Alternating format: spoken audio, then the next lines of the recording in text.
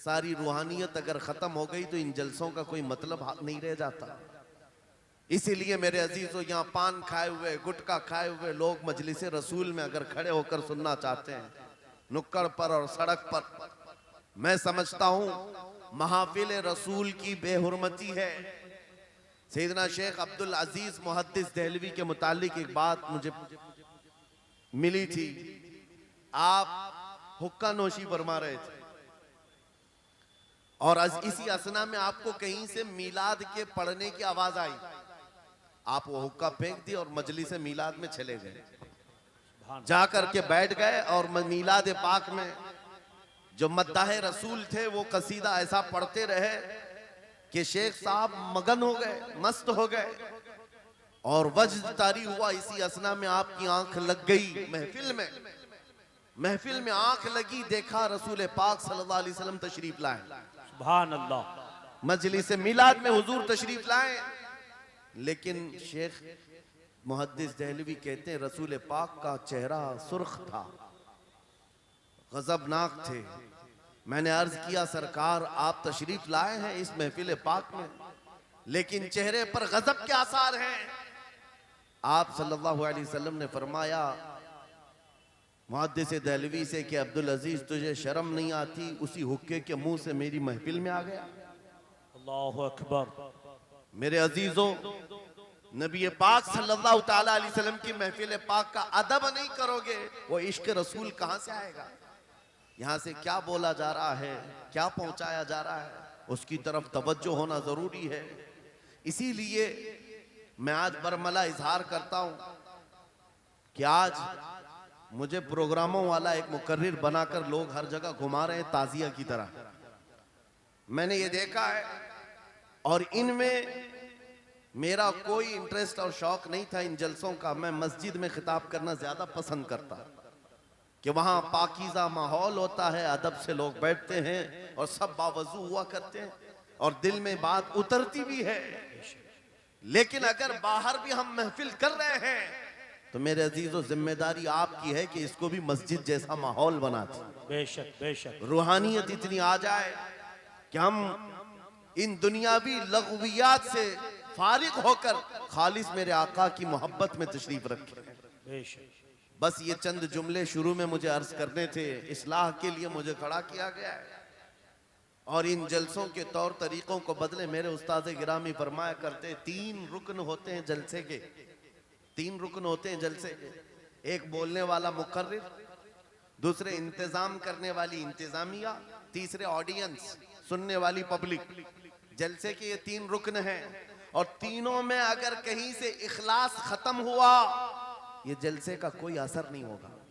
अल्लाहु अकबर। आने वाले लोग भी मुखलिस हो, बोलने वाला आदमी भी मुखलिस हो, जलसा सजाने वाली इंतजामिया कमेटी भी मुखलिस हो, खालिसतन अल्लाह और उसके रसूल की रजा के लिए कर रहे हो, उन जलसों का बहुत असर हुआ करता है, बहुत असर हुआ करता है। लेकिन तीनों में भी आज देखा जा रहा है मेरे अजीजों, जलसा करने वाले इसलिए करने लग गए कि कंपटीशन करना है। उन्होंने इतना बड़ा किया, हम उससे बड़ा करेंगे। उन्होंने इस मुकर्रिर को बुलाया था, हम इस मुकर्रिर को बुलाएंगे। उन्होंने इतना खर्चा किया था, हम इतना चंदा करेंगे। आने वाली पब्लिक भी एंटरटेनमेंट के लिए आने लग गई कि हम देखते हैं इनके यहाँ कितने नारे लगते हैं, उनके यहाँ कितने नारे लगते हैं। बोलने वाला भी यही सोचने लग गया कि इनके ऊपर कितनी धौंस जमा सकता हूं, इन लोगों को कितना मैं अपनी तरफ अट्रैक्ट कर सकता हूं। अल्लाह शाहिद है, मैं इस चीज के लिए आपके सामने नहीं आया हूं। पूरे मजमे में आप भी खामोश बैठे रहे, नाज़िम इजलास भी और जिनके हाथ में माइक है ये भी, आप दिल में सुभान अल्लाह कहें और दिल में ही नारा लगाएं। मेरी बात मुकम्मल होने तक तवज्जो से सुनते रहें। ये खामोशी अब ये बता रही है कि ये चौक पर नहीं गुंबद खजरा की छांव में हो रही। सुभान अल्लाह, सुभान अल्लाह। वरना होगा ये कि रास्ते पर शोर शराबा और सड़कों को जाम किया जाना लोगों की नजर में ये ऐब मालूम होता है। लेकिन इसी माहौल को हम बदल करके भी जा सकते हैं। यह हमारा शिवा है पूरी दुनिया में कि सिर्फ और सिर्फ रसूल पाक की गुलाम कौम ऐसी है जो 1 मिनट में पूरा सन्नाटा तारी कर सकती है। किसी ने एक साहब से पूछा था वेल ट्रेन्ड फौज जो होती है, चाहे वो अमेरिका की हो कि रशिया की हो कि जापान की हो, चाइना की हो, उनसे पूछा गया कि अगर 10,000 फौज को सफों में खड़ा करना हो और उनको रेडी करना हो तो आपको कितना टाइम लगेगा? किसी के बारे में कहा कि अमेरिकी फौज के लिए हमें 4 घंटे लग जाएंगे, हम तरतीब दे देंगे। रशियन फौज के लिए 3 घंटे लग जाएंगे, चाइनीज और एक्टिव हैं, 2 घंटे में अपनी सफे तरतीब कर लेंगे। उस मुसलमान दानिश्वर ने कहा, अल्लाह का करोड़ों एहसान है, 1 लाख से ज्यादा का मजमा होता है हरम काबा में भी और हरम रसूल में भी। इमाम सिर्फ 1 मिनट में कहता है सफे दुरुस्त कर लो, किसी को डंडा मारने की जरूरत नहीं, सबकी सफे खुद दुरुस्त होती है। क्या बेश ये कौम है जो अपनी सफे खुद दुरुस्त करती है। मस्जिदों में, जुमा में, ईदगाह में जाकर कोई लकड़ी लेकर नहीं फिरता कि अपनी अपनी सफे दुरुस्त कर लो। हर एक को इतना शऊर है कि अपनी सफे कैसे दुरुस्त की जाती है। जब आपको अल्लाह ताला ने ये नेमत अता की है, मस्जिदों में सफे दुरुस्त कर सकते हैं 1 मिनट के अंदर, ईदगाह में 1 मिनट में हमारी सब दुरुस्त हो सकती है। ऐ नौजवानों, दुनिया को ये बताओ, सिर्फ मस्जिद और ईदगाह नहीं, दुनिया के हर मैदान में हम अपनी सफे दुरुस्त कर सकते हैं। सुभान अल्लाह। हर मैदान में हमारी सब दुरुस्त हो सकती है। ये अल्लाह की तरफ से दी हुई बहुत बड़ी नेमत है। बस अब मजमा जो खामोश है और मुतवज्जे है, अब मेरी बात को आगे मैं बढ़ाता हूं, तवज्जो से सुने। कुरानी उलूम के मुताल्लिक आपके सामने चंद बातें रखूंगा, इसलिए कि मुझे कहा गया बड़ा पढ़ा लिखा मजमा है और मुसलमान के लिए पढ़ा लिखा होना बहुत लाजिम है, इसलिए कि जिहालत इस्लाम का अपोजिट है। जिहालत इस्लाम का अपोजिट है। आपको एक बात मैं बताऊं, जब भी कहा जाता है दौरे इस्लाम, यानी हुजूर सल्लल्लाहु अलैहि वसल्लम की आमद के बाद के हालात को दौरे इस्लाम कहते हैं, उससे पहले वाले जमाने को दौरे जिहालत कहते हैं। जबकि इस्लाम का अपोजिट तो कुफ्र होना चाहिए, कुफ्र होना चाहिए। ये दौरे इस्लाम है और इससे पहले दौरे कुफ्र था। नहीं, दौरे इस्लाम से पहले वाले दौर को दौरे जिहालत कहते हैं, इसलिए कि बताना है इस्लाम और जिहालत दो अपोजिट चीजें हैं, दो अपोजिट चीजें हैं। जाहिल हो और मुसलमान हो, उसे जेब नहीं देता। जिस कौम पर आने वाली किताब हिदायत का पहला लफ्ज इक़रा से शुरू होता है, इक़रा बिस्मि रब्बिकल्लज़ी खलक़, कुरान का पहला लफ्ज जो आया है वो किस नाम से आया? पढ़ो अपने रब के नाम से, पढ़ो अपने रब के नाम से। और इल्म नहीं है तो कुछ नहीं है तुम्हारे पास। इमाम गजाली तो फरमाते अन्नासु कुल्लुहुम मौता इल्लल उलमा, ये सारे इंसान मुर्दा हैं, जिंदा अगर कोई है तो इल्म वाला है, इल्म वाला जिंदा है। और जिहालत की तारीकियों में भटकने वाले की मिसाल ऐसी ही है जैसे अंधेरी कोठरी में बैठा हुआ है, कहीं रोशनी का आने का इंतजाम नहीं, उसके सामने हलवा रखो कि गोबर रखो, दोनों बराबर है। जाहिल आदमी के लिए ऐसा ही है, कभी उसका हाथ इसमें पड़ेगा, कभी उसका हाथ इसमें पड़ेगा। जब नजर नहीं आ रहा है तो हलवा को गोबर समझकर खा लेगा और कभी गोबर को हलवा समझ के खा लेगा, गलाजत उसके लिए बराबर हो जाएगी। लेकिन इल्म को कहा गया अल इल्मु नूरुन, इल्म रोशनी है। जिसके पास इल्म आता है वो तमीज सीख जाता है, उसके पास अखलाक आ जाते हैं, वो हलाल और हराम के फर्क को समझने लगता है, बुरे और अच्छे के दरमियान फर्क मालूम होने लगता है। इसीलिए मेरे अजीजों, मुझे बड़ा गर्व है और फख्र है, हमारी खानकाह से ये आवाज आती है आधी रोटी खाएंगे और बच्चों को पढ़ाएंगे। बेशक, क्यों? बेशक उस अजीम खानकाह से ये आवाज दी गई, क्यों? सिर्फ इसलिए नहीं कि तुम बड़े होकर के डॉक्टर बनोगे, इंजीनियर बनोगे। लोगों की नजर में अब बात यही रह गई, ये पढ़ा इसलिए जाता है कि डॉक्टर बनना, इंजीनियर बनना है और कमाना है, बहुत कमाना है। इल्म जो है आज कमर्शियल बना लिया गया। इल्म इसलिए नहीं, इल्म इसलिए हासिल किया जाता है कि बंदा खुदा को पहचाने, बंदा अपनी हकीकत को पहचाने, जिंदगी गुजारने के उसलूब उसे मालूम हो जाए। इल्म इसलिए सिखाया जाता है। बहुत सारे लोग सिर्फ नौकरी के लिए समझते हैं कि इल्म हासिल करना चाहिए, नौकरी के लिए नहीं। अपने अखलाक को बुलंद करने के लिए इल्म आना बहुत जरूरी है। मेरे अजीजों, कुरान अजीम वो हिदायत की किताब तुम्हारे पास आई, इस कौम के लिए अलमिया नहीं है तो और क्या है, जो किताब उलूम का जखीरा है। आज दुनिया उस किताब पर रिसर्च कर करके नए इल्म व फनून हासिल कर रही है। उस किताब को तो हम मुर्दों पर पढ़ने के लिए रखे हैं। वो कुरान अजीम जो हिदायत की किताब और सारे उलूम का सर चश्मा है, उस किताब को कहां पढ़ते हैं? मैयतों पर। किसी का इंतकाल हो गया तो तीजे में पढ़ेंगे, चहलुम में पढ़ेंगे, 9वें में 20वें में पढ़ेंगे। वो ईसाले सवाब के लिए सिर्फ रखा गया। और उससे थोड़ा आगे बढ़ गए तो कसम खाने के लिए कुरान। आओ चलो हम कसम खाते कुरान पे हाथ रख करके, कुरान पे हाथ रख के। मियां क्या कुरान कसम खाने की किताब है? कुरान की वो आयत मैंने सबसे पहले पढ़ी, अल्लाह फरमाता ज़ालिकल किताबु ला रैब फीही, ये वो किताब है जिसमें शक की गुंजाइश नहीं, और ये हिदायत है परहेजगारों के लिए। और कुरान में 3 जगह ये लफ्ज आया है, हुदल लिन्नास, हुदल लिल मुमिनीन, हुदल लिल मुत्तकीन। ये सारे इंसानों के लिए भी हिदायत है, ये सारे ईमान वालों के लिए भी हिदायत है, और परहेजगारों के लिए भी हिदायत है। सब हिदायत अलग अलग अंदाज से हासिल करते हैं। बारिश एक ही है बरसने वाली, जमीनें अलग अलग हैं। बहुत नरम जमीन हो तो वो जमीन बारिश से फायदा ज्यादा उठाती है, और थोड़ी सी ओबड़ खाबड़ जमीन हो तो वहां से फायदा कम आता है। बारिश एक ही है, कुरान बारिश हिदायत है। जिसके दिल की जमीन जितनी नरम होगी उतना वो उससे हिदायत उठाएगा। सुभान अल्लाह, बेशक उतना उससे फायदा उठाएगा। और आज हालात ये हैं, ऐ नौजवानों अपने दिल पर हाथ रख करके बताओ, कुरान कितने लोगों ने पढ़ा है? कुरान कितने लोगों ने पढ़ा? मैं हाथ नहीं उठवाता, किसी भी बात पर हाथ मत उठाया करो। ना ही झूठे हाथ उठाना है, ना सच्चे हाथ उठाना है, ना ही किसी और को शर्मिंदा करना है। अपने दिल पे हाथ रख करके बताओ कुरान कितनी मर्तबा पढ़ लिया। क्योंकि कुरान पाक, बहुत सारे लोग ये समझते हैं मदरसे में बचपन में एक बार पढ़ लिया तो उसका हदिया हो गया, खत्म हो गया है, अब इसके बाद फिर हमारी मैयत पे ही पढ़ा जाएगा।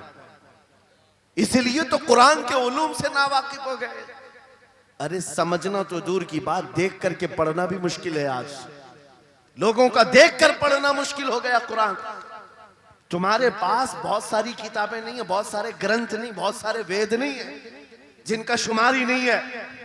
तुम्हारे पास ओनली वन, एक किताब कुरान पाक, ऐसी महफूज किताब जिसके बारे में अल्लाह ताला खुद फरमाता है सूरह कमर में, वलक़द यस्सरनल कुरान लिज़िक्रि फ़हल मिन मुद्दकिर, हमने कुरान को याद करने के लिए आसान बनाया है कोई याद करने वाला?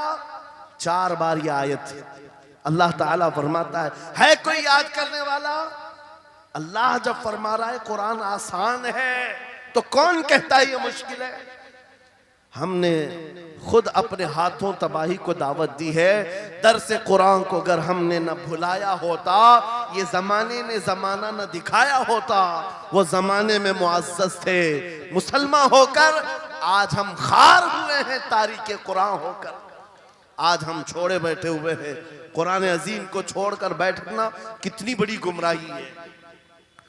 आज हालात ऐसे आ गए कि कुरान को बदलने की बातें होने लग गई। क्यों? तुम उठाते ही नहीं। 26 आयतें निकाल दो, 25 आयतें निकाल दो, इसमें ये बातें उसमें वो बातें हैं। मुसलमान को तो पता भी नहीं है कौन सी आयतों के बारे में ये वावेला मचाया जा रहा है। अरे तुम पढ़ो, तुम्हारे लिए कुरान आया है। ये जितनी भी कॉन्फ्रेंसें हैं, मैं समझता हूं इसके बदले हर जगह सुबह व शाम कुरान पढ़ने और पढ़ाने का इंतजाम हो जाए।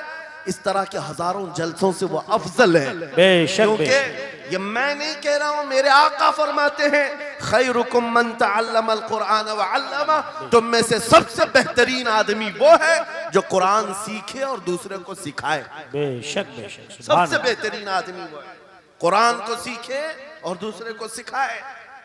आज नौजवानों के अंदर एक बड़ी तादाद मुझे देखने को मिलती है, उनको छोटी छोटी सूरतें भी नहीं मालूम, कुरान देख करके पढ़ना भी नहीं आता।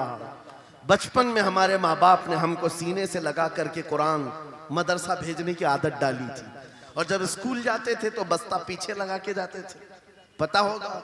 स्कूल जाते हैं तो बस्ता पीछे रख के जाते हैं, और कुरान पढ़ने के लिए जाते हैं तो सीने से लगा के जाते हैं।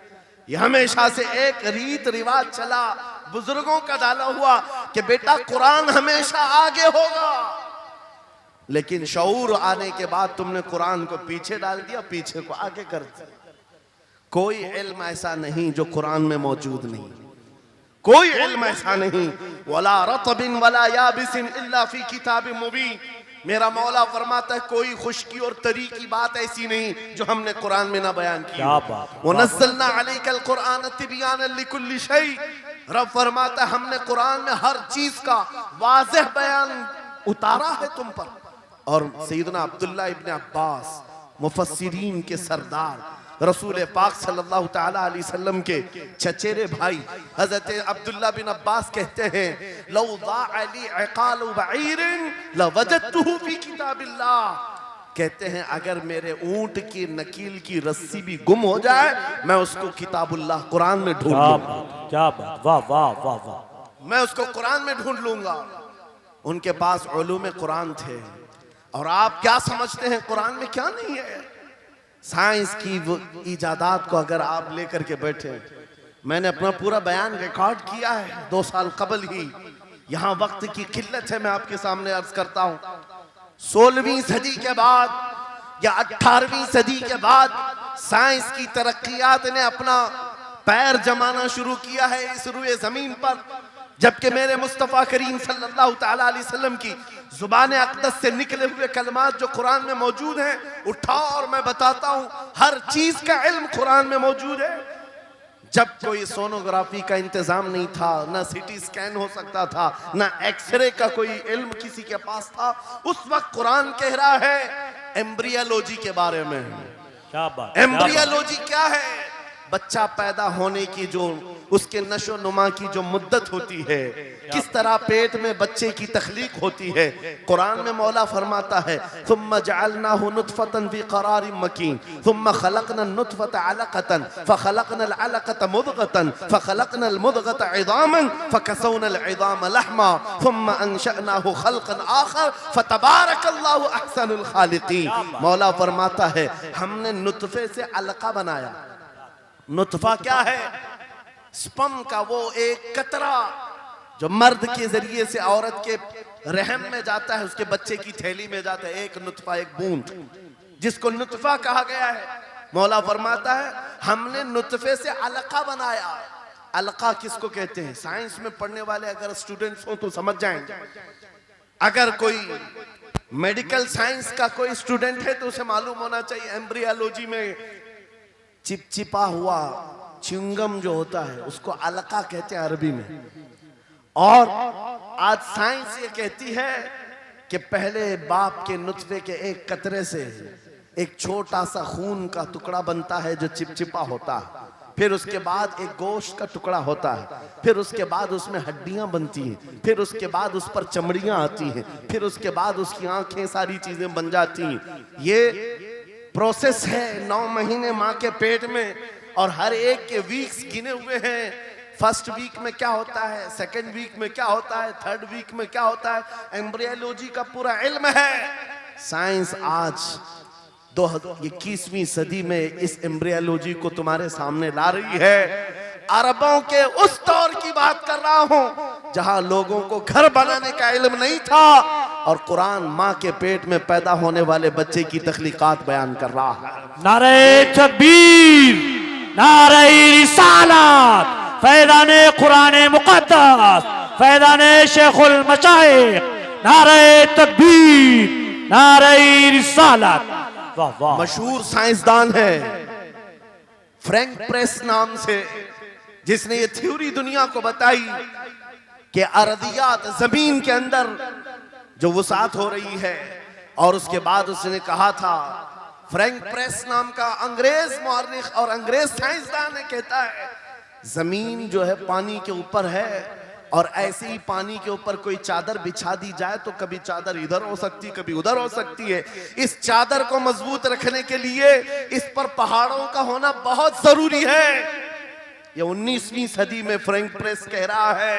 और मेरा मौला कुरान में फरमाता है, अल्लाह ताला फरमाता है वल जिबाल औतादा, हमने पहाड़ों को मेख बना करके जमीन पर गाड़ा। क्या बात, वाह वाह, बेशक कि बेशक। जमीन को हिलने नहीं देते पहाड़। अरदियात का इल्म, एस्ट्रोनॉमी के बारे में, एस्ट्रोलॉजी के बारे में कुरान में मौजूद उलूम आप पढ़ो। जूलॉजी के बारे में, जानवरों के उलूम के बारे में कुरान में पढ़ो। रब ताला परिंदों के उन अशकाल के बारे में बयान फरमा रहा है, ये झुंड के झुंड जाते हैं, जमात की जमात होती है। चूंटियों के बारे में पूरी सूरह मौजूद है, इनके खाना तकसीम करने का तरीका क्या है, इनके एक दूसरे को पुकारने का तरीका क्या है, इनमें जब एक चूंटी मर जाती है तो उसको दफनाने का तरीका क्या है। ये कौन बयान कर रहा है? ये कुरान बयान कर रहा है, कुरान पाक बयान कर रहा है। जब तरक्कियात इस कदर आगे आ गई कि मशीनों के सहारे से आज जर्रे को देखा जाता है, परखा जाता है और फिर दुनिया को बताया जाता है ये हमारी तहकीक है, और कुरान उस जमाने में बयान कर रहा है। मेरे अजीजों, एक बात बताता हूँ, 18वें पारे में सूरह नूर में एक आयत आई है, उस आयत के बारे में मैं बताता हूँ बाद में। लेकिन 18वीं सदी में एक साइंसदान जो अमेरिका की सफर पर था, उसने अटलांटिक ओशियन में एक जगह ऐसी देखी जहां पर इतना अंधेरा है कि हाथ निकालो तो भी नजर नहीं आए, सूरज की रोशनी भी नहीं पड़ती। वापस आकर के उसने कहा मैंने एक ऐसी जगह दरियाफ्त की है जहां सूरज की रोशनी ही नहीं पड़ती और अपनी आंखों को कुछ नजर नहीं आता। अगर हाथ निकाल करके देखो, समंदर के बीचों बीच अटलांटिक ओशियन, ये कोई तालाब का नाम नहीं है, ये लंबा सफर तय करके कोई एक जगह को ढूंढ लिया एक साइंसदान और आकर के दुनिया को बता रहा है मैंने एक ऐसी जगह मालूम की जहां पर खूब अंधेरा होता है, हाथ भी नजर नहीं आता। जब वो आकर के बताता है, एक आलिम रब्बानी ने कुरान की आयत पढ़ी, मौला कुरान में फरमाता है इज़ा अखरजा यदहु लम यकद यराहा व मन लम यजअलिल्लाहु लहु नूरन फमा लहु मिन नूर। कुरान में अल्लाह फरमाता ज़ुलुमातुम बअदुहा फौक़ बअद, एक जगह हमने ऐसी बनाई है जहां अंधेरियों पर अंधेरियां हैं, जहां हाथ भी निकालोगे तो हाथ नजर नहीं आएगा। कुरान में 1400 साल पहले ये जब बात आई, उस साइंसदान को बताया गया, ये तो अल्लाह ने कुरान में बयान किया है। अब और ताज्जुब की बात क्या है सुनो, वो आया साइंटिस्ट, कहा ये किसकी बयान की हुई किताब है? कहा मोहम्मद रसूलुल्लाह की, मक्का में पैदा हुए, मदीने में जिंदगी गुजारी, आखिर दिन की। उसने कहा मैं उनके बारे में जानना चाहता हूं, हो सकता है वो समंदरों के बहुत बड़े माहिर थे, वो समंदरी उलूम के बारे में बहुत कुछ जानते थे, उन्होंने जिंदगी का बहुत सारा हिस्सा समंदरों के सफर में गुजारा होगा। उस जमाने में उनको अटलांटिक ओशियन में मौजूद ये अंधेरा कैसे पता चला? ताज्जुब की बात है, हैरत की बात है। जब उस साइंसदान से कहा गया ए अजीज, हकीकी बात तो यह है कि पूरी 63 साला जिंदगी में मेरे आका एक बार भी समंदर के पास नहीं गए, एक बार भी इत्तेफाक नहीं हुआ। तब वो कहता है जो बंदा कभी समंदर के सफर पर गया ही नहीं और वो अटलांटिक ओशियन में मौजूद अंधेरियों की बात करता है, तो फिर ये अपने पेट से नहीं, ये अल्लाह की बात कर रहा है। क्या बात, बेशक बेशक, ये खालिक समंदर की बात कर रहा है, बेशक, जिसने वो अंधेरियां पैदा की। मेरे अजीजों, आपसे मेरा खिताब इसलिए है कि जो ज़ख़ीरे अल्लाह ताला ने हमारी किताब मुक़द्दस में रखे हैं, इसको हल करते करते लोगों के बाल सफ़ेद हो गए और तुम तो अखलाक सीखने के लिए ऐसे लोगों के पास जाते हो जिनको पेशाब करने का तरीका नहीं मालूम। क्या बात, बेशक, कुरान के उलूम क्या कम है तुम्हारे पास? अब मैं आता हूँ, ये तो साइंसी बातें हो गई, मैथमेटिक्स तो पूरा कुरान में इतना है, बयान करते करते मैं सुबह कर डालूं। कुरान पाक के अददी एजाजात, कुरान पाक के हिसाब, रियाजी, मैथमेटिक्स के फंडे, बहुत कुछ है। फिजिक्स के बारे में है, ज्योग्राफी के बारे में है, अलजिब्रा के बारे में है, साइंस के बारे में है। ये तमाम उलूम तो एक मिसाल के तौर पर मैं आपके सामने रख रहा हूँ, लेकिन अफसोस मैं उस कौम से बात कर रहा हूँ जिस कौम ने कुरान को छूना भी बंद कर दिया है। जाकर के देखें, आज ही जाकर के देखें, घरों के अंदर तुम्हारे टीवी, फ्रिज और वॉशिंग मशीन तो धूल से साफ होंगे, रोजाना साफ करते होंगे, कुरान को हफ्ते हो गए कभी छुआ भी नहीं, गर्द जमी हुई, धूल लगी हुई है। कुरान के साथ ये नाइंसाफी बंद कर दो। कुरान के साथ ये दोहरा मेयार बंद करो। आपको पता है क़यामत के दिन मेरे आका फरमाते हैं, जो दो चीजें जिसकी हिमायत में आ गई उसको जन्नत में जाने से कोई नहीं रोकेगा, और दो चीजें जिसके खिलाफ खड़ी हो गई फिर उसको दोज़ख में जाने से भी कोई नहीं रोक सकता। हुजूर से पूछा गया वो दो चीजें क्या हैं? हुजूर फरमाते हैं, जिसकी हिमायत में रमजान और कुरान खड़े हो गए उसका जन्नत में जाना तय हो जाता है। क्या बात, वाह वाह। और जिसके खिलाफ खड़े हो गए रमजान और कुरान, हुजूर फरमाते हैं फिर उसका दोज़ख में जाना तय हो जाता है। अल्लाह अकबर। अल्लाह के रसूल दानाए ग़ुयूब कायनात के सरदार मेरे आका दुआ करते हैं, अल्लाहुम्मा जअलिल कुरान हुज्जतन लना ला हुज्जतन अलैना। ये मेरे नबी की दुआ है। आप तवज्जो करें, हुजूर जब ये दुआ कर रहे हैं, ऐ अल्लाह कुरान को क़यामत के दिन मेरा हिमायती बना, मेरे खिलाफ ना बना। क्या बात, वाह। साहिब कुरान खुद कह रहे हैं क़यामत के दिन इसको हमारे खिलाफ ना खड़ा कर, कुरान को हमारा हिमायती बना। ऐ लोगों, हम कौन सी जिंदगी गुजार रहे हैं आज? बहुत दूर हम आ चुके हैं, बहुत दूर हम आ चुके हैं। आज कुरान की तालीम को भी इतना सस्ता समझा जाता है, इतना सस्ता कि आपके पास अगर बच्चे के पास टाइम हुआ तो मदरसा भेजो, नहीं तो छोड़ो जाने। मदरसों में आने वाले वो बच्चे जिनकी नाक बह रही हो, कपड़े ढंग के ना हो, कारी साहब और हाफिज साहब खुद ही उसको साफ भी करें, खुद ही पढ़ा करके भी भेजे। क्या तुम अपने वक्त की मशहूर कॉन्वेंट स्कूल में भी इसी तरह अपने बच्चों को भेजते हो? वहां पर गैर हाजिरी से कितना डरते हो, अपनी छुट्टियां तर्क कर देते हो, रिश्तेदारों से मिलना बंद कर देते हो। नहीं, बच्चे की स्कूल छूट सकती है, लेकिन कुरान के साथ कैसा दोहरा सलूक है, कुरान के साथ कैसा मेयार है। आपको मैं बताता हूं, इमाम हमारे सिराजुल उम्मा इमाम आजम अबू हनीफा रज़ी अल्लाह ताला अन्हु अपने बेटे को जिस कारी कुरान के पास पढ़ने के लिए भेजा करते थे, कारी साहब ने इमाम आजम के बच्चे को पूरा कुरान पढ़ा दिया। नाजरा कुरान की बात कर रहा हूं। जब पूरा कुरान बच्चे ने पढ़ लिया तो इमाम आजम अबू हनीफा को ये मुबारकबादी दी गई कि आपका बच्चा पूरा कुरान पढ़ चुका है हाफिज साहब के पास। तो हाँ, इमाम आजम बड़े ताजिर थे अपने जमाने के। उन्होंने क्या किया, उस कारी साहब को 4 लाख दिरहम नजराने में भेजा। सुभान अल्लाह।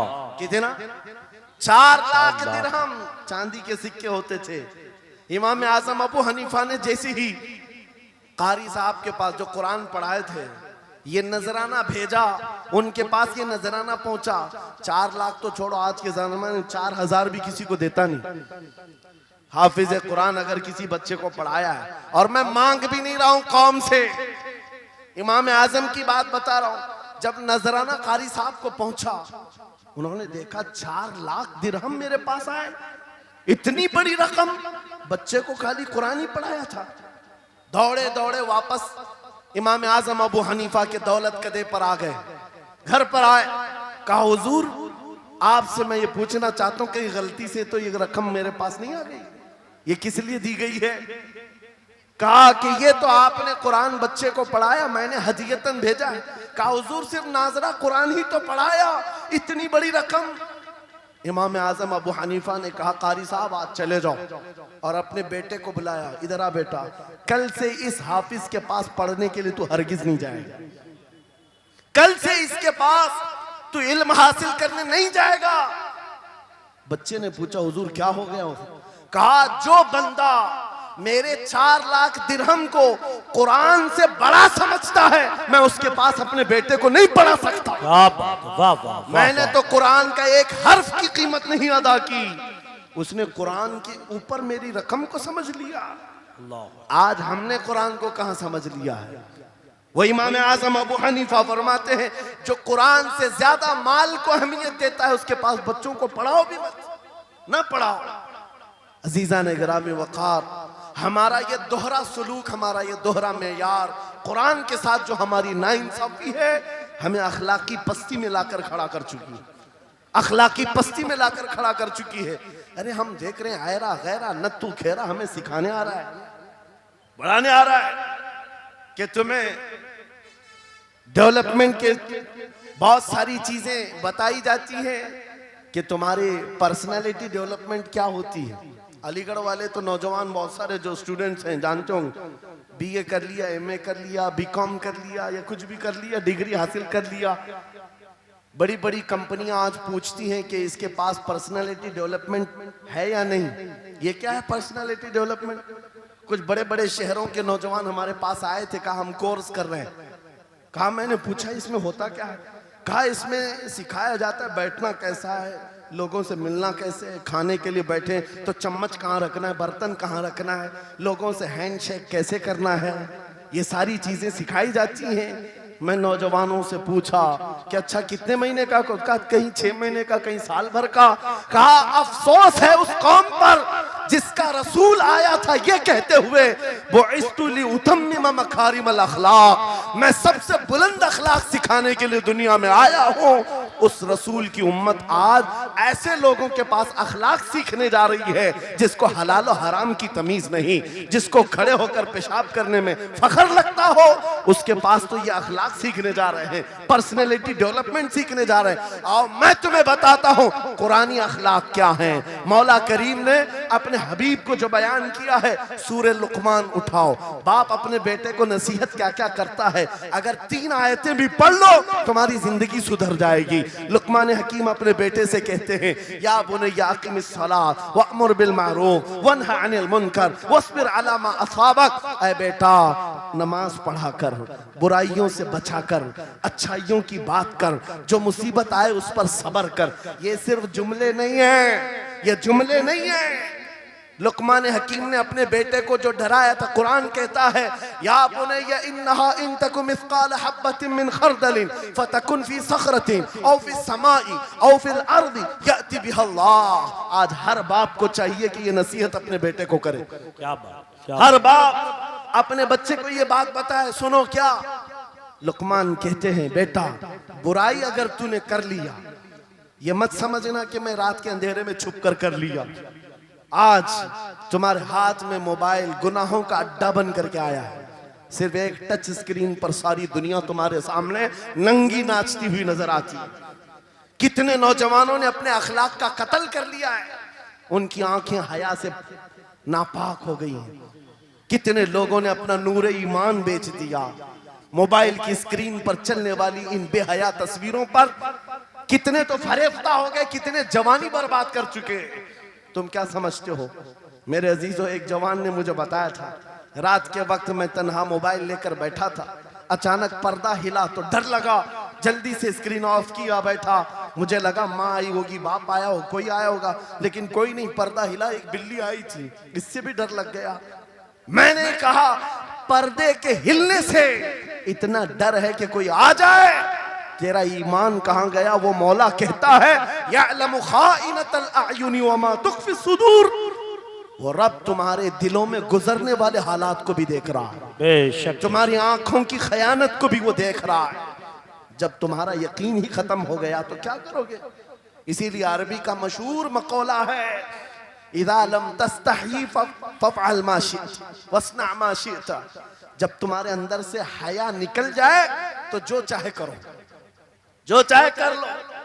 आज लुकमान हकीम की वो बात मैं पेश कर रहा था, आयत मुकम्मल करता हूँ। बाप अपने बेटे से कहता है, अगर बुराई कर लिया तूने, अगर बेहयाई हो गई, ये मत समझ के बहुत छुप करके किया। आज से 4000 साल पहले लुकमान हकीम कह रहे हैं अपने बेटे से, अगर बुराई तो आसमानों में जाकर करेगा, या पहाड़ के अंदर घुस कर करे, या जमीन के अंदर जाकर करे, कहीं पर भी कर ले। जबकि ये तीनों चीजें उनके जमाने में नहीं थी, न पहाड़ों के अंदर जाकर के करने का तसव्वुर, न जमीनों के अंदर जाने का, न आसमानों में उड़ने का तसव्वुर। ये सब आज के दौर में मुमकिन है। और लुकमान हकीम कहते हैं, अगर तू इन सब जगहों पर जाकर कहीं पर भी करेगा, याति बिहल्लाह, अल्लाह वो तेरे सामने लेके आएगा। फमन यअमल मिस्काल ज़र्रतिन खैरन यरा वमन यअमल मिस्काल ज़र्रतिन शर्रन यरा। तुम अगर राई के दाने के बराबर भी नेकी करो, अल्लाह वो तुम्हें दिखाएगा। राई के दाने के बराबर भी बुराई करो, अल्लाह तुम्हें दिखाएगा। अखलाक सीखने के लिए दूसरी जगह जाते हो, अगर ये फार्मूला किसी को याद हो जाए, मैं कहता हूं सारे सीसीटीवी कैमरे बंद हो जाए, इस बंदे को कोई बहका नहीं सकता जिसके दिल में सिर्फ इतना ख्याल है कि मेरा मौला मुझे देख रहा है, बेशक बेशक मेरा रब मुझे देख रहा है। उसकी निगरानी के लिए किसी कैमरे की जरूरत नहीं, किसी सीसीटीवी की जरूरत नहीं। अजीजा ने गिरामी वक़ार, बच्चों के दिलों में अखलाक बाद में आएंगे, अल्लाह का खौफ उनके दिल में डालो। अल्लाह देख रहा है, एक दिन तुम्हें हाजिर होना है, सब लाया जाएगा, सब लाया जाएगा। जो कुछ किया था, जो कुछ कहा था, सब लाया जाएगा। लुकमान हकीम ने अपने बेटे को अखलाक सिखाया। क्या सिखाया? वक़्सिद फी मशीका वग़दुद मिन सौतिका इन अनकरल अस्वाति लसौतुल हमीद। चलना हो तो मियाना अंदाज में चलो, ऐसे नहीं कि अकड़ कर चलना है या झुक कर चलना है। एतदाल के साथ चलो और आवाज को नरम रखा करो। बेशक कुरान कहता है सबसे बुरी आवाज गधे की आवाज है। लोग आज चिल्लाते हैं, एक दूसरे को ठट्टे मारते रहते हैं। ये महफिलों के आदाब भी नहीं, ना ही तुम्हारे अखलाक हैं।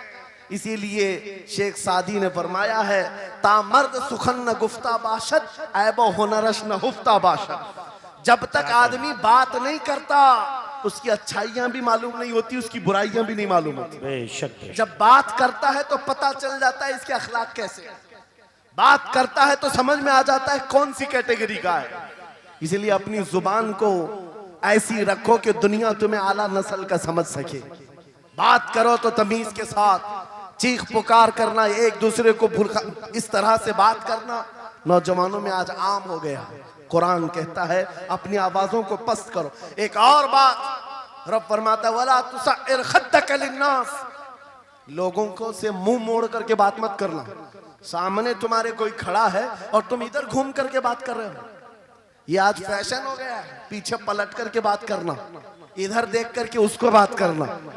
लोग ये समझते हैं फैशन है। मेरा मौला फरमा रहा है ये अखलाक से गिरी हुई हालत है।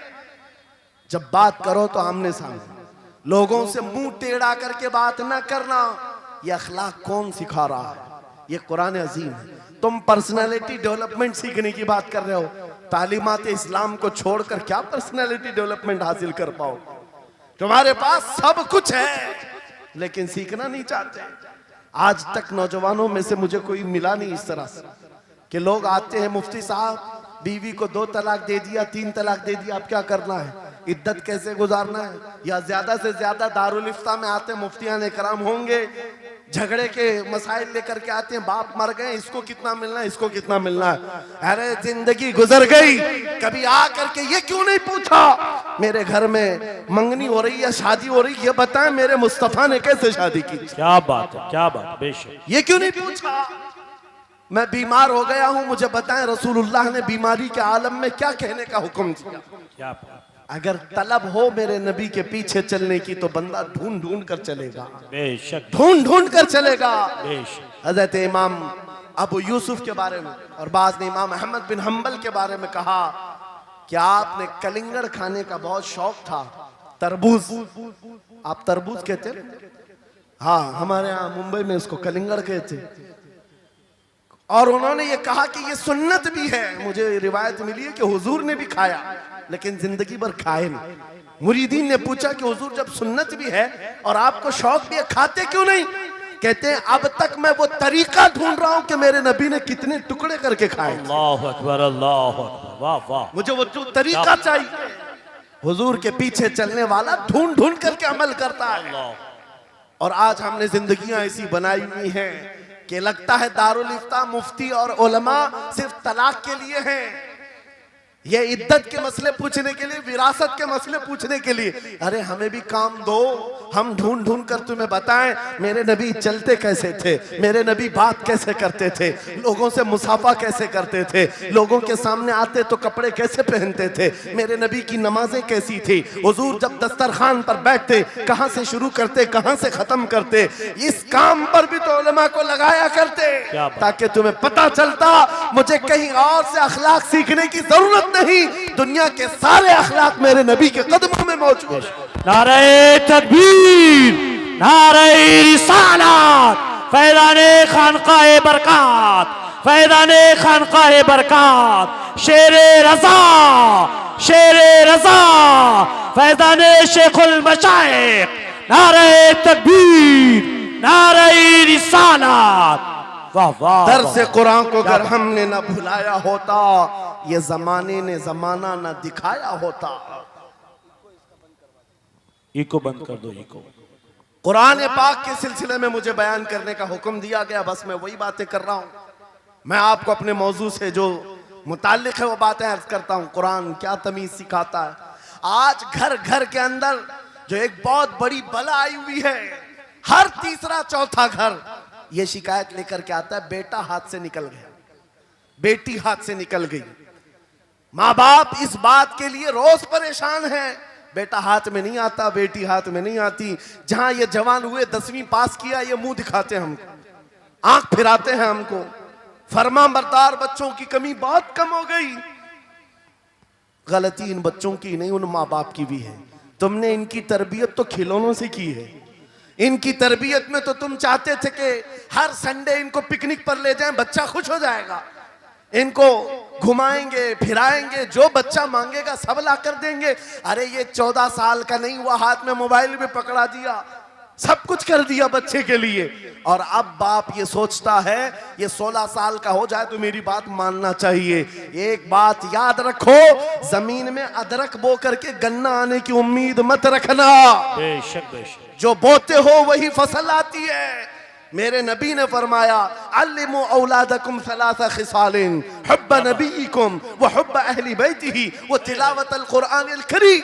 मेरे आका की हदीस है, हुजूर फरमाते हैं अपनी औलाद को सबसे पहले 3 बातें सिखाओ। 3 बातें सिखाओ। क्या है? नंबर 1, अपने नबी की मोहब्बत सिखाओ। बेशक सुभान अल्लाह। क्या होगा इससे?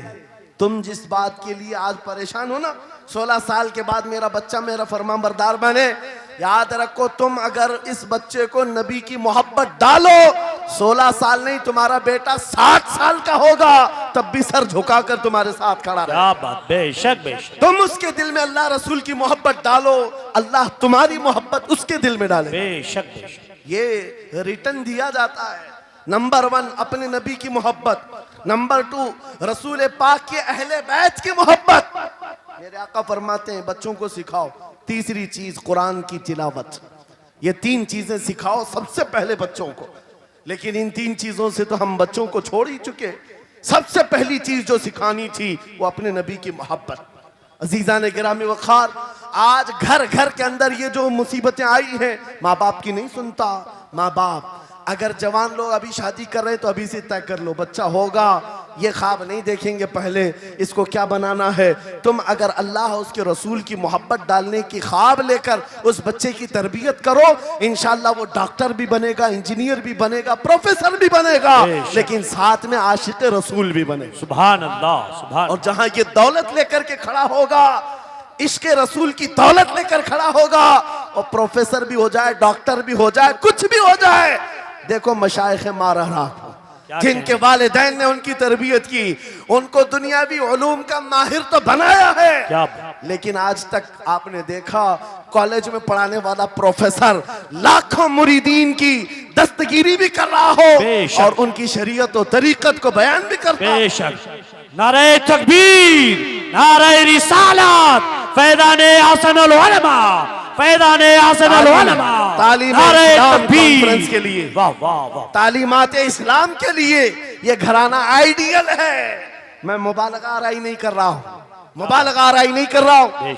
जहां पर एक बेटे को बाप ने वक्त का एक बड़ा प्रोफेसर बनाया तुम्हारे इसी शहर का, दूसरा बेटा अगर इनकम टैक्स का चीफ बन चुका हो, क्या बात, तीसरा अगर पुलिस की डिपार्टमेंट में डीआईजी या बड़े ओहदे पर पहुंचा हो, लेकिन हमने हर एक को देखा, चाहे ये दुनिया के किसी मकाम पर जाएं, जब ये अपने असलाफ की बारगाह में आते हैं तो सर झुकाए हुए शरीयत के तरीकत के संगम नजर आते। क्या बात, बेशक बेशक। क्यों? इसलिए कि इनकी तरबियत सिर्फ और सिर्फ ट्यूशन के बहाने नहीं छोड़ दी गई थी, क्या कहें, लोगों की गोद में डालकर। जैसे आज लोगों को लगता है बच्चे को पढ़ाने के लिए महंगी स्कूल दे दो, अच्छी से अच्छी स्कूल, और बच्चा आए तो शाम में ट्यूशन के लिए किसी टीचर या प्रोफेसर को दे दो। बच्चा तुम्हारी गोद में आया ही नहीं, संडे संडे तो बाप से बच्चे की मुलाकात होती है और वो भी पिकनिक के नाम पे होती है। क्या कहने? ये हालात जब बच्चों के साथ तरबियत के होंगे तो ये बच्चे जिनसे तरबियत हासिल की है उनके नक्शे कदम पर चलेंगे। लेकिन तुम अगर शरीयत का ट्रांसफर चाहते हो, स्कूल भी पढ़ाओ, ट्यूशन भी पढ़ाओ, लेकिन इश्क रसूल की दौलत अपने सीने से इनके सीने में डालो। बिल्कुल, बेशक बेशक। अजीज़ान गिरामी, मेरा मौला फरमाता है वक़ज़ा रब्बुका अल्ला तअबुदू इल्ला इय्याहु व बिल वालिदैनि इहसाना। माँ बाप के साथ भलाई का हुक्म मेरा मौला फरमाता है। रब ने तुम्हारे फैसला किया है अल्लाह के सिवा किसी की इबादत ना करो, वालिदैन के साथ अच्छा सलूक करो। और कैसा सलूक? वला तकुल्लहुमा उफ़्फ़िन वला तनहरहुमा, उनको उफ तक ना कहो, उनको झिड़क कर बात ना करो। नौजवानों याद रखो, जिस दिन तुमने अपनी माँ या अपनी बाप को उल्टा जवाब देना शुरू किया, उस दिन से तुम पर रिज्क के दरवाजे बंद हो जाते हैं, बरकत के दरवाजे बंद हो जाते हैं। और ये तो बड़ी बात है, हजरत मौलाना रोम फरमाते हैं माँ या बाप बच्चे को बात करने में जिस दिन डरने लग जाए, पता नहीं मेरा बेटा क्या समझेगा बोलूं, जिस दिन वो तुमसे बात करने में डरने लग जाए, समझ लो दुनिया का सबसे बुरा दिन तुम्हारा शुरू हो चुका है, शुरू हो चुका है। होना तो ये चाहिए कि तुम्हारी जवानी नहीं, तुम्हारी उम्र बीतने को आ गई, अगर माँ बाप को अल्लाह ने सलामत रखा, चाहे वो बूढ़े बिस्तर मर्ज पर हो, उस वक्त भी अदब के बाजू फैलाए हुए हो, अदब के बाजू। आपको पता है सहाबा इकराम बैठे, मेरे आका सल्लल्लाहु अलैहि वसल्लम, एक खातून आई, रसूल खड़े हो गए, अपनी चादर बिछाया, उस खातून को बिठाया। सहाबा कहते हैं हमने एक खातून को, आई हुई खातून को इतना अदब करते हुए रसूलुल्लाह को पहली बार देख रहे थे। वो खातून आई, बैठी, मुस्कुराई, बातें की और चली गई। सहाबा ने पूछा या रसूल अल्लाह, इस खातून का अदब क्या है? मेरे आका फरमाते हैं ये मेरी दाई, मेरी दूध पिलाने वाली माँ हलीमा सादिया। क्या बात, वाह वाह। पैदा हुए नहीं, दूध पिलाई हुई माँ का यह अदब मेरे नबी ने सिखाया। ये अखलाक कुरान के हैं मेरे अजीजों, कुरान के हैं। याद रखो नौजवानों, इन बूढ़े माँ बाप को आज जितने लोगों ने तरसाया है और उन्हें घुट घुट कर जीने पर मजबूर किया है, वो आज की रात तौबा करके जाएं, तौबा करके जाएं, मुसाफा करें, उनके हाथ चूमें। ये तुमसे क्या तमन्ना रखते हैं? बस इतनी कि तुम अपने पैरों पे खड़े हो जाओ, ढंग का कमाना सीख जाओ। नौजवान को इनका डांटना बुरा लगने लगता है, माँ बार बार चिल्लाती है, बाप बार बार डांटता है, घर छोड़कर भाग गया, फिर उसके बाद याद रखो अल्लाह ताला ऐसे जूतों पर तुम्हें डाल देता है जो तुम्हारी हैसियत के भी नहीं होते, कमतर लोग तुम्हें हाँकते रहते हैं।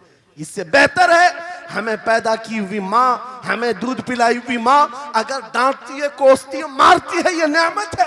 एक नौजवान के बारे में मैं अक्सर कहा करता, हमारे साउथ का था, बड़ा बिगड़ा हुआ, माँ मेरे पास आई थी, कह रही थी इसको समझा ले, मैं बेवा हूं, मैं बेवा हूं, इसका बाप बचपन में मर गया, ये बच्चा 2 साल का था, मेरा शोहर मर गया, मैं घरों की पतेलियां मांझ मांझ करके इस बच्चे को बड़ा की हूं, लेकिन आज ये औबाश बन गया है। बदमाशों की दोस्ती। मैंने उस नौजवान को बुलाया था, अपने करीब किया, समझाया, अल्लाह ने उसको समझ दे दी। वो लड़का थोड़ा बहुत सीधे रास्ते पर आया और बेंगलुरु गया था कमाने के लिए। मैंने कहा नौकरी कर, तेरी माँ कुछ नहीं चाहती, वो जिंदगी तो गुजार चुकी, अपने हाथों से कमाई है, बस ये चाहती है कि तेरी कमाई का एक लुकमा खा ले। ऐ नौजवान, क्या अपनी माँ को इतना भी सुख नहीं देना चाहता? गया था कमाने के लिए। मेरे अजीजों, आज भी वो मौजूद है, आज भी है। वो कमाया, महीना भर गुजरा था या 2 महीने ही, अपनी तनख्वाह लेकर के वतन वापस आया। अपने घर के पास जिस दिन वो पहुंचा था, घर के बाहर बहुत भीड़ जमी थी। लोगों से पूछा उसने तो पता चला उसकी माँ आज ही सुबह इंतकाल की। अल्लाहु अकबर। वो पैसों की गड्डी ला करके जो कमाया था 1 महीने 2 महीने की तनख्वाह माँ के कदमों में रख दिया। बहुत रोया।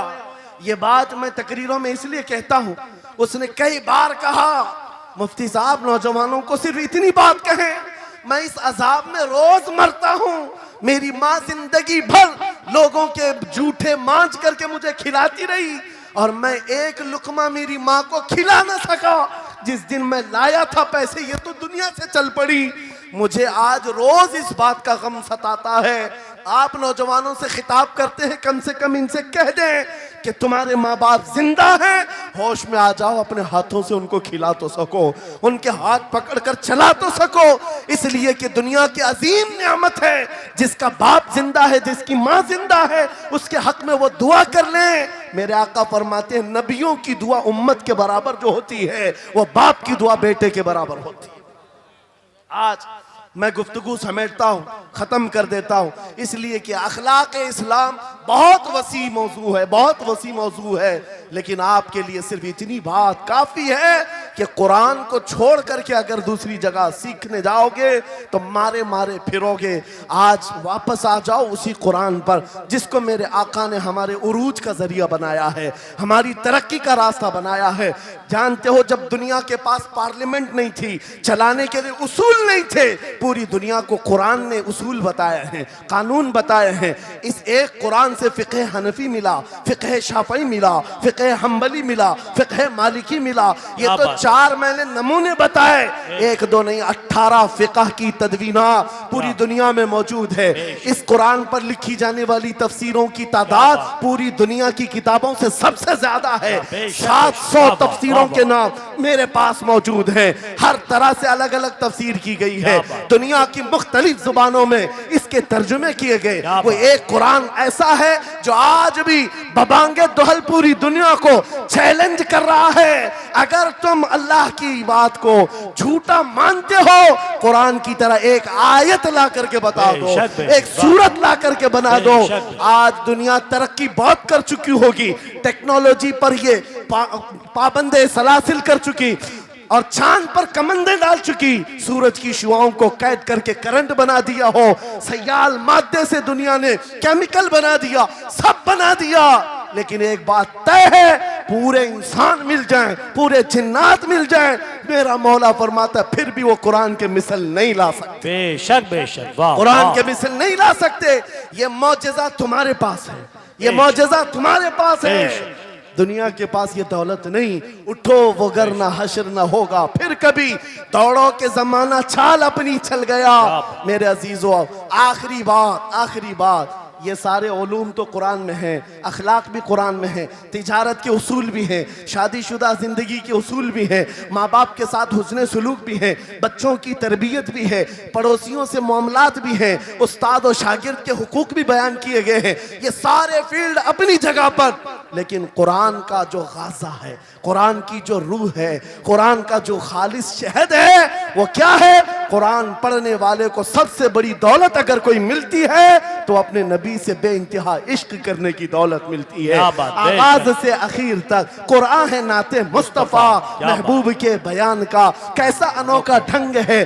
जुनैद बगदादी के जमाने में एक आर्टिस्ट आया था, एक मुसव्विर, लोगों की मुंह बोली तस्वीर खींचता था। अगर कोई आता अपनी महबूबा के बारे में कहता, उसकी आंखें ऐसी, उसकी नाक ऐसी, उसकी भवें ऐसी, उसकी पेशानियां ऐसी, वो उसी तरह से तस्वीर निकालता था। आर्टिस्ट था और लोगों की कतारें लगी थी अपने अपने महबूबाओं की तस्वीरें निकालने के लिए, इसलिए कि आपकी तरह मोबाइल उस जमाने में नहीं थे जो हर घड़ी खींच लिया करें। वो जुनैद बगदादी का दौर, आर्टिस्ट तस्वीर निकालता था। जब ये बात पता चली, हजरत जुनैद बगदादी भी उस मुसव्विर के घर चले गए, लाइन में खड़े हो गए। जब आपका नंबर आया तो उस मुसव्विर ने पूछा, मौलाना आपका क्या काम है? वक्त के सैयदुत ताइफा, कहा मैंने सुना है तू लोगों के महबूबाओं की तस्वीरें खूबहू खींच कर देता है, मैं चाहता हूं मेरे भी महबूब की तस्वीर खींचो। वाह वाह। तो उसने कहा बताओ, कलम लिया बैठा, बताइए आपके महबूब का हुलिया क्या है? जुनैद बगदादी कहने लगे, मेरा महबूब कायनात का सबसे हसीन चेहरा रखने वाला, जिसकी भवें ऐसी थी, जिसके गाल ऐसे थे, जिसकी पेशानी ऐसी थी, जिसके हाथ ऐसे, जिसके पैर ऐसे। उस मुसव्विर ने पूछा बताओ नाम क्या है? जुनैद बगदादी ने कहा मोहम्मदुर रसूलुल्लाह। उस मुसव्विर ने कहा रुको जरा, ये तस्वीर तो ऑलरेडी मेरे पास बनी बनाई रखी है। जुनैद बगदादी ने कहा ये कैसे? लोगों की ऑर्डर पर तू तस्वीर बनाता है, मेरे महबूब की तस्वीर पहले से कैसे रखी है? उस मुसव्विर ने कहा बात दरअसल ये है, आप जिससे मोहब्बत करते मैं भी उससे मोहब्बत करता हूँ, हम दोनों का महबूब एक है, इसलिए तस्वीर पहले से बनी रखी है। जुनैद बगदादी ने कहा अच्छा लाओ तो जरा हमारे महबूब की तस्वीर देख तो ले। वो मुसव्विर अंदर गया और कुरान पाक ला करके जुनैद बगदादी के सामने रखा और कहा, ऐ जुनैद, क्या ये मेरे नबी की तस्वीर नहीं है? आंखें देखना हो तो पढ़ो, मा ज़ागल बसर हुआ मा तगा, चेहरा देखना हो तो पढ़ो, वद्दुहा वल्लैलि इज़ा सजा, हाथ देखना हो तो पढ़ो, वमा रमैत इज़ रमैत वलाकिन्नल्लाह रमा, अगर कदम देखना हो तो पढ़ो, ला उक़सिमु बिहादल बलद व अंत हिल्लुम बिहादल बलद, अगर सीना देखना हो तो पढ़ो, अलम नशरह लक सदरक व वदअना अन्का विज़रक, अगर इस नबी की गुफ्तार देखना हो पढ़ो, वमा यंतिकु अनिल हवा इन हुवा इल्ला वहयु यूहा, इस महबूब की अताएं देखना हो तो पढ़ो, इन्ना आतैना कल कौसर। बाबा नारे तकबीर, नारे रिसालत, फैज़ाने कुरान मुक़द्दस, फैज़ाने कुरान मुक़द्दस, फैज़ाने खानक़ाह माहिरा, आगाज से आखिर तक कुरान है नाते मुस्तफ़ा, महबूब के बयान का कैसा अनोखा ढंग है। ये तालीमात इस्लाम कॉन्फ्रेंस है, कुरान की तालीमात से ये बात मुझे कहना ज़रूरी था। कुरान सिर्फ अखलाक की तालीम नहीं, सिर्फ मुआशियात की तालीम नहीं, बल्कि कुरान इश्क़ रसूल की तालीम देता है और हुब्बे रसूल सिखाता है।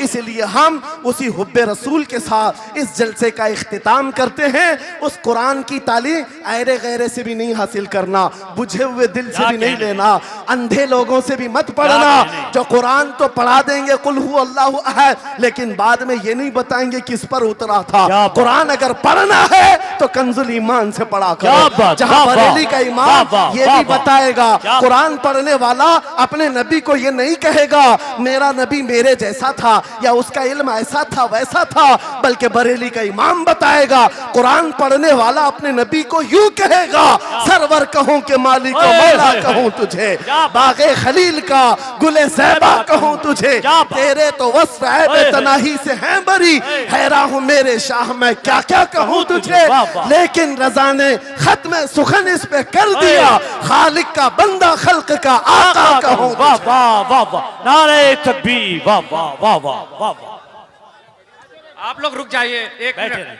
आप लोग रुक जाइए, आप लोगों के लिए बड़े खास खास ऐलान है मेरे पास।